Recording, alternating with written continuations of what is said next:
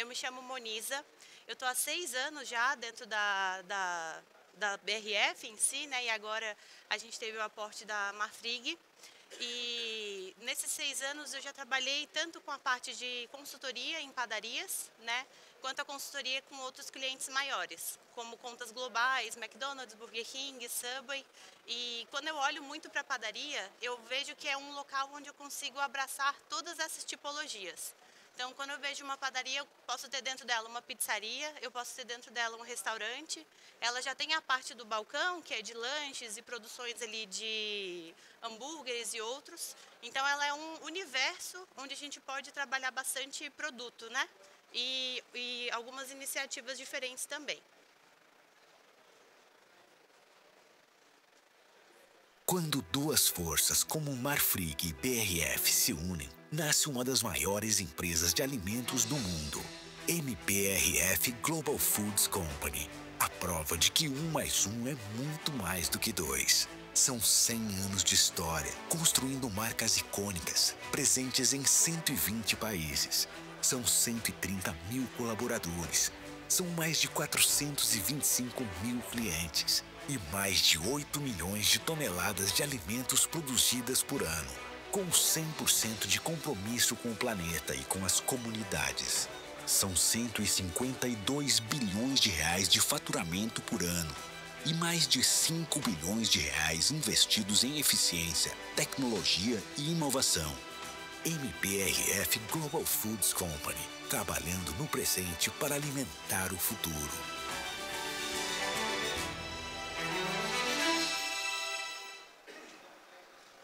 Aqui a gente vai falar um pouco sobre, como eu falei para vocês, a parte de lucratividade, como a gente pode transformar um pouco esse mercado de frios, né? Aquela fatia, aquela única fatia que pesa 7 a 12 gramas, como a gente consegue trazer rentabilidade a partir dela. E aí também vou trazer um pouco de marcas. Após a minha fala aqui, o Soares também vai falar um pouco sobre como que é essa interação, né, quando o cliente vê a marca exposta ali no seu ponto de venda, como isso traz mais atratividade. E aí a gente vai acabar fazendo um link sobre esses dois momentos, né?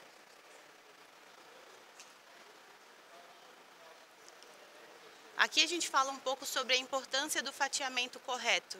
E aí quando eu falo disso, eu não falo somente da fatia em si, né? Mas de uma enxurrada de pontos que vem por trás. Então eu falo da valorização da experiência do cliente, tornando isso memorável.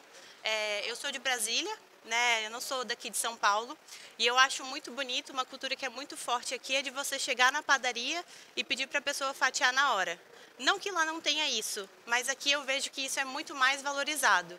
E hoje, morando já há bons 4 anos, morando aqui em São Paulo, eu já me sinto como cliente valorizada em chegar e escolher o produto e um fatiador pegar o produto, abrir na hora, fatiar e me servir até uma provinha e em seguida eu escolher a gramatura que eu vou querer. Então, a importância do fatiamento não é só isso, é essa valorização da experiência do cliente. A diferenciação do mercado. Então, quando eu vou numa padaria e eu vejo que ela está se atualizando em tendências, que ela está gerando fidelização, e essa fidelização é exatamente isso, é esse momento que eu tenho ali com o fatiador, com quem está me atendendo para pegar o meu pão, né? A força da marca. Então, eu particularmente sempre vou e peço presunto Sadia. Né? E assim como muitos clientes que eu vejo ali na fila, eles também já têm a marca de preferência e eles buscam por esse produto dentro do ponto de venda. E a gente fala também um pouco sobre o rendimento, né? Então, de marcas, de margens mais atrativas, né? E uma escalabilidade. Então, como que eu posso pensar em algo novo para o meu ponto de venda, que eu vou conseguir padronizar?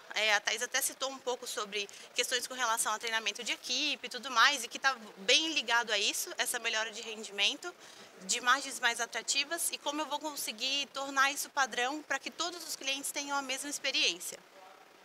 E aí, por último, mas não menos importante, o aumento da lucratividade.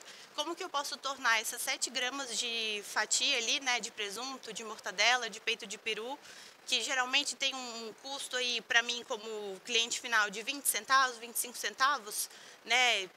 Como que eu posso transformar esses centavos aí em algo muito mais caro. Como que eu posso passar como cliente, olhar ali na prateleira um produto já fatiado e me interessar a ponto de eu pagar muito mais no quilo dele do que só o peso da fatia que vai na bandejinha ali, né? Então a gente fala um pouco das ocasiões de consumo. Como eu falei com vocês, a gente tem ali na padaria não só a parte do balcão, né? Mas a gente tem algumas outras frentes. A gente tem a parte de tábuas de frios, que elas podem hoje, de maneira costumeira, né? Podem ser encomendadas, elas podem ser pesadas ali, montadas na hora, né? Elas podem ser deixadas expostas naquele maracanã.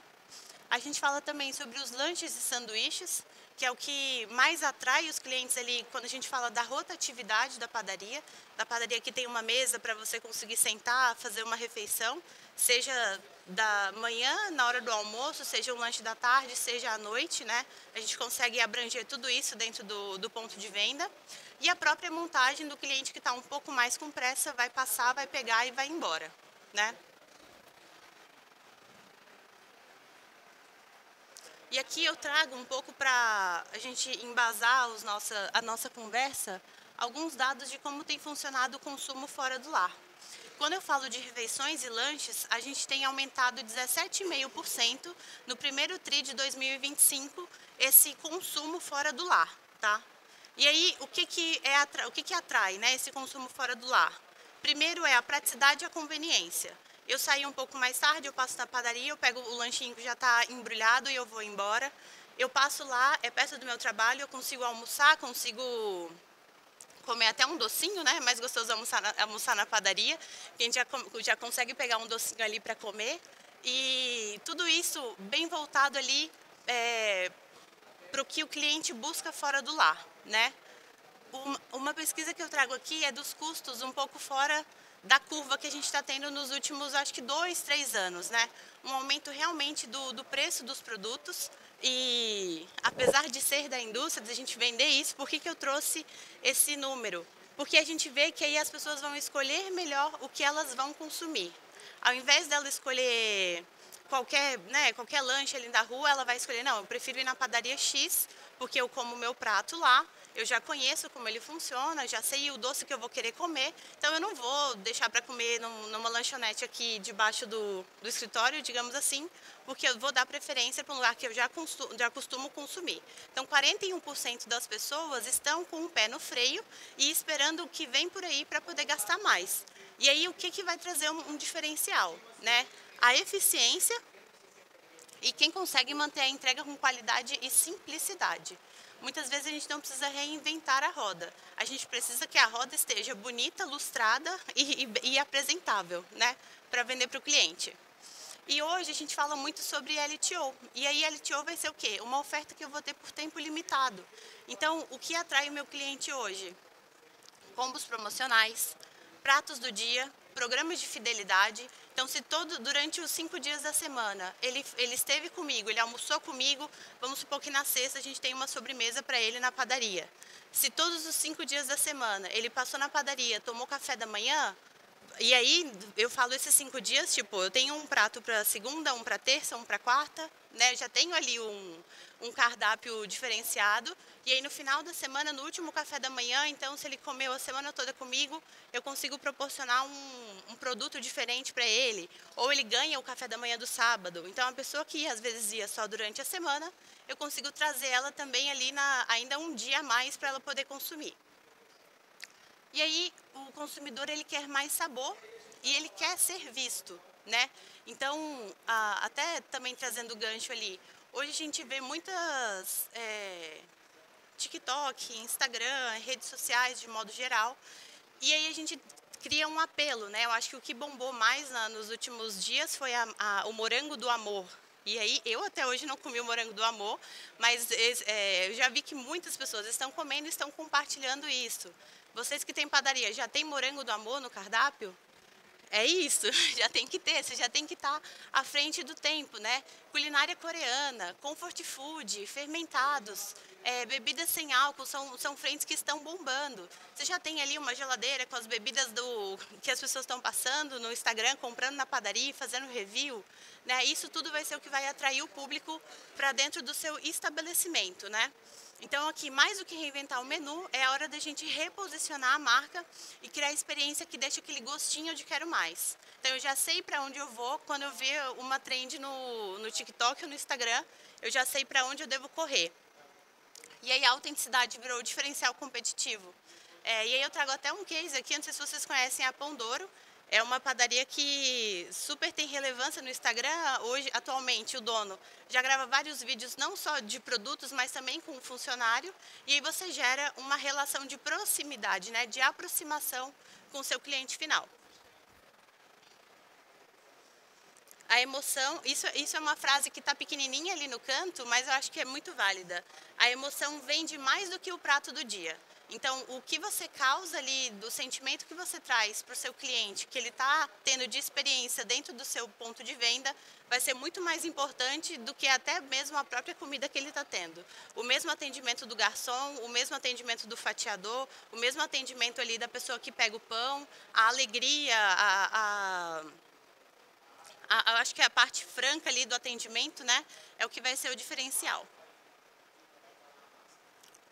E aí, quando a gente fala de frios, né, eu acho que aqui a gente vai falar também da lucratividade.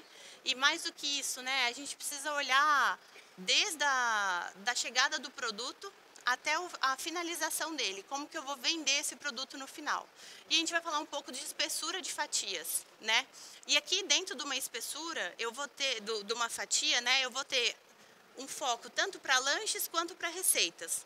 Quando eu falo de lanche, eu falo de 5 milímetros e quando eu falo de tábuas de frios, eu falo de 8 milímetros. E por que eu estou falando desse peso, né, desse diferencial que eu vou ter de cada produto? Porque é aqui que vai estar o seu dinheiro. Igual eu falei para vocês, uma fatia aqui de lanche com essa milimetragem, ela tem em média de 7 a 12 gramas, dependendo do frio que eu vou ter. E aí vai ser a partir dessas 7 ou 12 gramas que eu vou calcular a minha tábua de frios e que eu vou calcular os meus lanches ou qualquer outro uso que eu tenho para o meu produto. Isso aqui é legal porque aqui a gente consegue até indicar para os funcionários qual é a melhor forma da gente fazer o fatiamento. E aqui eu consigo, a partir dessa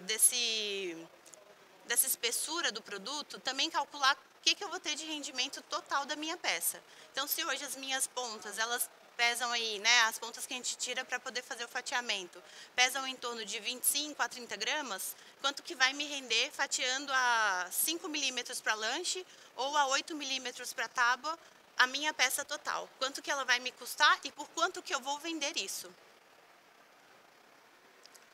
E entendendo esse rendimento, a gente vai entender como que eu consigo colocar mais água no feijão, sem deixar isso, né, à mostra para o cliente, e como que eu vou colocar mais dinheiro no meu bolso. Essas pontas, elas já podem virar outras receitas. Então, com as pontas eu já posso fazer um produto cubado, um produto ralado, que aí ele já vai compor o meu buffet, por exemplo.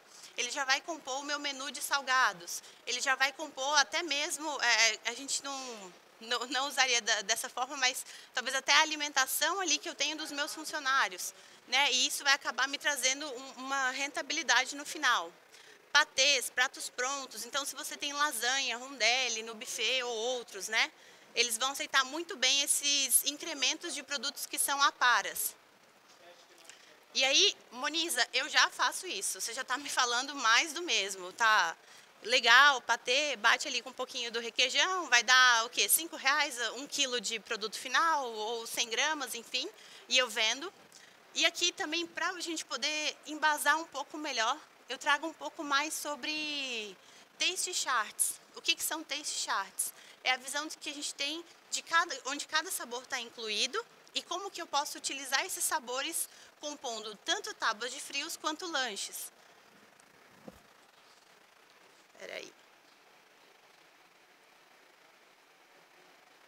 Então aqui a gente busca, quando a gente fala lá atrás um pouco, né, sobre trazer o LTO, que seja um prato do dia, que seja o da semana, um programa de fidelização, a gente fala de coisas sazonais. Não quer dizer que você vai ter que fazer durante o ano inteiro a semana do presunto, enfim, você vai conseguindo variar tudo isso. E aí, quando eu falo um pouco de tábuas de frios e de montagem de lanches, eu quero que vocês entendam que a gente pode agregar a sazonalidade, trazendo também ingredientes sazonais. O que pode ser o foco hoje para a gente fazer uma montagem de tábua de frios? Não usa nada fresco. Você pode complementar a tábua com castanhas, com frutas secas, né? E pode deixar as tábuas montadas para porções menores. Você não precisa necessariamente montar uma tábua que vai atender 12, 15 pessoas. Se você tem uma tábua menorzinha, que vai ter ali um valor final de até R$60, que sirva 2 pessoas, que seja, você já vai conseguir ter um fluxo dela, um giro dela bem maior. E aí, inovar nas montagens, né, igual eu falei, pensando nos números diferentes de pessoas, e aqui eu trago um pouco sobre como a gente pode explorar sabores em alta. Então, esse Taste Charts é baseado num fornecedor nosso, que é a Carrie, e aí eles conseguem olhar, e eu trouxe os principais sabores que a gente teria para frente de padarias, que seriam, então, os top sabores dos últimos anos: alho, queijo. O sabor de defumado, ele tem crescido em 52%, para vocês terem noção. Então, as pessoas estão procurando bastante por produtos que tenham esse aspecto de defumação. Por que não, então, fazer uma tábua que tenha mais o peito de peru, ou o peito de frango, ou a mortadela defumada, né, que já traz esse sabor que está em crescimento. Sabores de crescimento rápido. Cream cheese, cogumelos, tomate com manjericão. São clássicos isso. As pessoas já conhecem esses sabores, mas utilizando eles de fato, você consegue agregar mais sabor aqui na sua tábua, né? Ou no seu lanche, ou na sua refeição. E aí já gera um apelo ali junto com o cliente. Mussarela de búfala, castanhas, sabores subsequentes. Então, são aqueles que casam muito bem com outros sabores que você já vem usando. Queijo mussarela, chimichurri. Por que não ter um lanche ali de mortadela com chimichurri, mortadela com pistache? Pistache está tão em alta. Então, a gente consegue agregar não só na parte de doces, mas também trazer para a parte de lanches e montagens de tábuas. Azeitonas, lemon pepper, sabores de rápido crescimento. Esses são um pouco mais caros, né? Quando a gente para olhar aqui. Então, eu estou falando de alho negro, de azeitona preta, de tomate cereja. Estou falando de vinho. Por que não ter uma geleia de vinho, né? Que vai agregar valor? Como que eu posso incluir isso? O queijo emmental. E aí a gente fala um pouco também sobre explorar a divulgação e fomentar reservas dos produtos. Esse vídeo não está passando, mas aqui é um vídeo de um casal. E eu peguei, assim, pura do Instagram mesmo. Eles pegam um kit numa padaria e o kit era para o Dia dos Namorados. O kit vem com tábua de frios, o kit vem com vinho, o kit vem com torradinha. E aí eu tenho certeza que essa torradinha, às vezes foi algum refúgio ali que ele conseguiu cortar e aproveitar e agregou valor em cima disso. Então, o foco vai ser muito explorar isso e divulgar isso em redes sociais, né? Ou falando mesmo para os clientes. A gente tem tábuas de frios, nós temos produtos aqui que você pode encomendar, enfim. E isso também a gente aplica, né, para a parte ali das montagens de lanches, né? Não necessariamente só na montagem de tábuas. Então, mix de ervas, aqui também a gente traz os mesmos sabores, né, de cogumelos. E aí eu posso casar isso com os frios que eu já tenho hoje. Tanto os defumados, que estão em alta, quanto os meus frios que já são core. Tipo um presunto e queijo. A gente teve um case com a Frango Assado, que é uma loja de rodovia, né? No Frango Assado a gente fez montagem de 4 lanches com eles. Eram lanches muito simples. Primeiro, como que a gente reinventou o presunto e queijo? A gente agregou uma geleia de cebola caramelizada. A geleia de cebola caramelizada, ela já está lá naqueles sabores que a gente fala, né? Então, aqui nos sabores dos últimos anos, eu já tenho cebola. Já virou um misto diferente. Já gera um sabor diferente para o cliente. A gente fez um BLT. BLT é um lanche que é bacon, tomate e alface. Como que a gente agregou mais valor nisso? A gente usou um frio nosso chamado mignoneto. Então, a gente montou um lanche que é uma salada, que todo mundo conhece, que é um mignoneto, agregamos o bacon, já montou um outro super sanduíche, que podia ser aquecido ou ele podia ser frio. O terceiro sanduíche foi também de minhoneto, onde a gente, ao invés de se limitar a deixar o presunto e queijo só dentro do pão, a gente também trouxe o queijo para cima do sanduíche. Então eu já agrego aí um produto que é gratinado, já gera um appetite appeal aí para o cliente final. E o último sanduíche, que ele, obviamente, eu fugi da minha mente agora, mas também foi bem voltado a essa pegada da gente pegar o simples, como eu gostaria de comer isso, aplicar, como o cliente está vendo isso, né? Então, eu poderia ter feito ele tranquilamente com presunto, queijo e cogumelo. Eu podia ter utilizado o chimichurri, igual eu falei para vocês, ou então trazer um lemon pepper.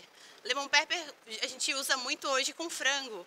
Por que não trazer uma maionese de lemon pepper para compor um sanduíche de peito de peru ou de peito de frango? Então é assim que a gente vai encaixando esses sabores, né, que a gente vê aqui no Taste Charts, e aí a gente cria aquele LTO. Então eu tenho o sanduíche da semana, eu tenho o prato do mês, enfim. Eu acho que vocês conseguiram já entender um pouco do ponto que eu quero trazer aqui. E aí o que eu consigo considerar para montagem de tábuas também? Reaproveitamento seguro. E aí quando eu falo de ser seguro é que eu fiz a boa prática de abrir o frio, fatiar, utilizar as aparas, conservar elas, fazer cubada, que super funciona. A gente não precisa fazer sempre uma tábua de frios que ela seja necessariamente para uma noite de queijos e vinhos. Às vezes a pessoa só quer uma cerveja e uma mortadela cortada em cubo. E você consegue vender isso, sabe? Você consegue pegar a para, cortar ela bonitinha em cubos, colocar um queijo junto, coloca uma castanha também. E aí você tem um reaproveitamento daquele frio, que seria uma ponta que você venderia no patê, você pode vender na tábua de frios. Calculando ali dentro da ficha técnica do produto o que seria mais interessante.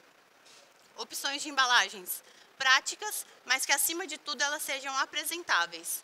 Hoje, quando você entra na sua padaria, você já entra nela correndo para o escritório para fazer as coisas, ou você ainda tem aquele momento que você entra e fala, nossa, se eu fosse um cliente, eu não gostaria de ver a tábua de frios aqui no início.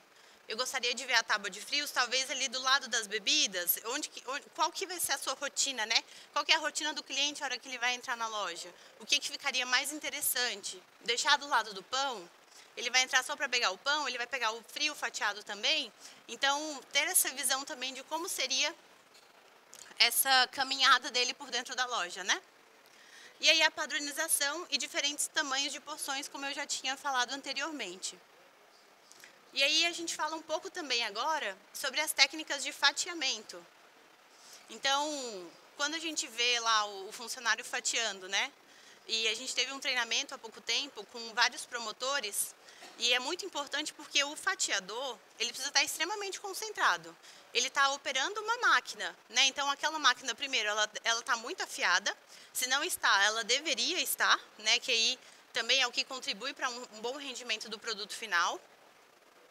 E ele precisa ter ali o escritório dele, digamos assim, né? A máquina dele, os EPIs, tudo conservado e funcionando da melhor forma.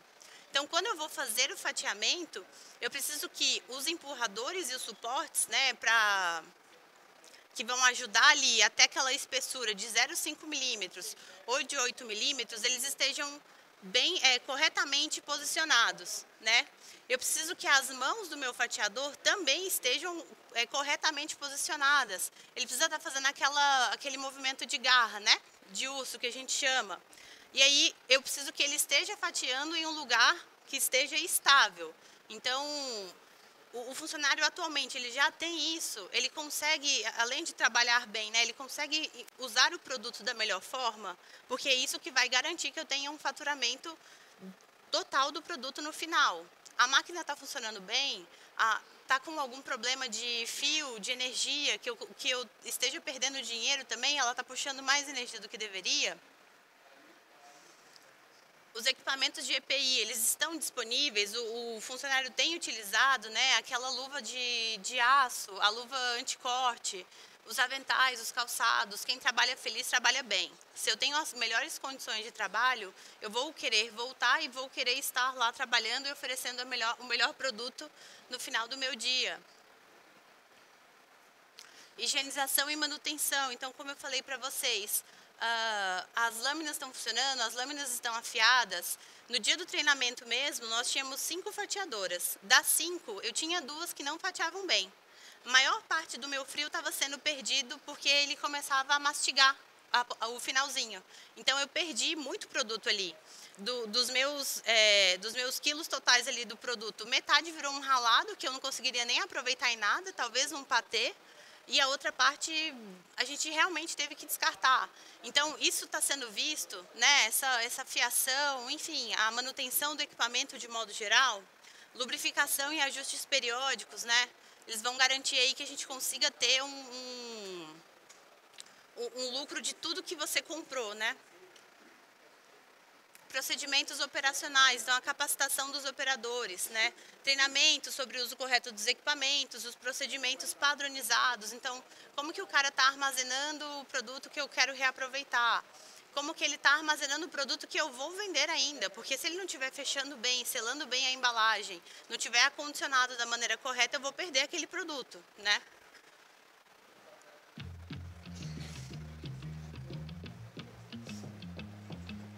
Você já conhece o Minhoneto? É o mais novo frio da Sadia. Ideal para quem procura a união de sabor e saudabilidade. Escolha perfeita para lanches e receitas. O Minhoneto é o único frio do mercado feito 100% de filé mignon suíno. Extremamente saboroso, com baixo sódio, baixo teor de gordura, poucas calorias e fonte de proteína. É só o filé. Equilíbrio perfeito entre sabor e leveza. É presença obrigatória no ponto de venda. Um produto de alta qualidade feito para dominar o mercado de frios leves, que está em amplo crescimento. Ele tem como vantagem o menor desembolso. Também temos a versão dele encartelado em pacotes de 180 gramas. Além de todos os benefícios já mencionados, este formato permite maior praticidade e agilidade na hora da compra. O mercado de frios encartelados está crescendo de forma acelerada. Não deixe de garantir a positivação de ambos os itens. Agora você já conhece este lançamento. Sucesso nos pontos de venda. Vamos ver um pouco mais sobre a execução e fatiamento deste produto. Olá pessoal, eu me chamo Priscila e hoje vou mostrar para vocês o fatiamento do Minhoneto. Mas antes, vamos ver a posição dele correta em gôndola? Aqui começamos com os frios especiais, frios light, o Minhoneto e o presunto. Lembrando que o Minhoneto sempre fica entre os frios light e o presunto. Isso também vale para o encartelado. E agora vamos fatiar. Pessoal, para fatiar é muito importante que vocês usem o EPI. Aqui eu vou utilizar a luva de corte e a luva de vinil. Lembrando que é obrigatório o uso dos EPIs para operar a máquina de fatiar. Bom, agora que estamos prontos, vamos começar. Depois de tirar a embalagem, já está pronta para fatiar. É só posicionar de maneira correta na máquina, sempre com o emblema da Sadia para frente e a parte maior para baixo. Colocamos os ganchos. Esses ganchos servem para suporte, para não escorregar o Minhoneto. Minhoneto posicionado, agora vamos fatiar. Lembrando que para cada receita existe espessuras diferentes. Aqui eu vou utilizar a espessura 0,8, que seria para tábuas de frios. Eu modifico nessa alavanquinha para 0,8, ligo a máquina e me posiciono na alavanca que tem atrás da máquina. Colocamos a mão aqui e fatiamos. Sempre fatiando devagar, para que a fatia saia inteira. Essa é uma fatia ideal. Já para lanches, usamos a espessura 0,5.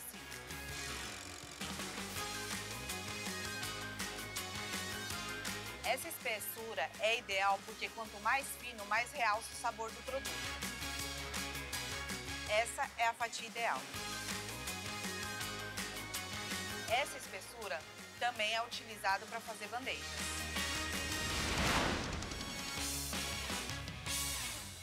Agora que eu já fatiei, vamos montar a bandeja. Lembrando de sempre colocar o Minhoneto entre as bordas da bandeja para aparecer o produto e não a bandeja. Aqui colocamos ela um do lado do outro. Desse jeito, tampamos a bandeja e deixamos o produto aparente. O peso ideal da bandeja é de 200 gramas. E assim fica a bandeja no final.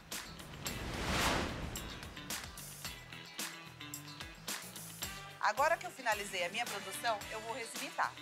Vou colocar a minha bandeja aqui nesse suporte.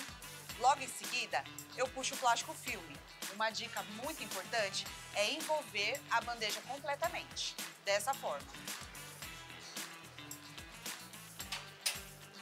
Agora, eu vou puxar esse plástico que sobrou, bem esticado, e colocar na parte de baixo. E finalizo selando na chapa seladora, desse jeito. Assim, eu evito que o plástico filme solte dessa placa. Agora que eu finalizei, eu vou para a etiquetagem, que também é um processo muito importante. No lado superior esquerdo, eu vou colocar a etiqueta com a marca e o nome do produto, dessa forma. E no lado superior direito, eu coloco o preço e a gramagem, desse jeito assim. E assim que vai ficar a minha bandeja. Ela já está pronta para ir para a área de venda. O planograma em que fica o mioneto é entre os frios saudáveis e o presunto, dessa forma aqui. Uma dica muito importante é colocar as bandejas sempre inclinadas. Assim você dá mais visibilidade ao produto e também evita que a luz da geladeira queime. Assim, eu consigo manter o frescor e a qualidade do produto. É isso aí. É só você seguir tudo que a Priscila falou que você vai arrasar. Vamos juntos fazer Mioneto brilhar nos pontos de venda.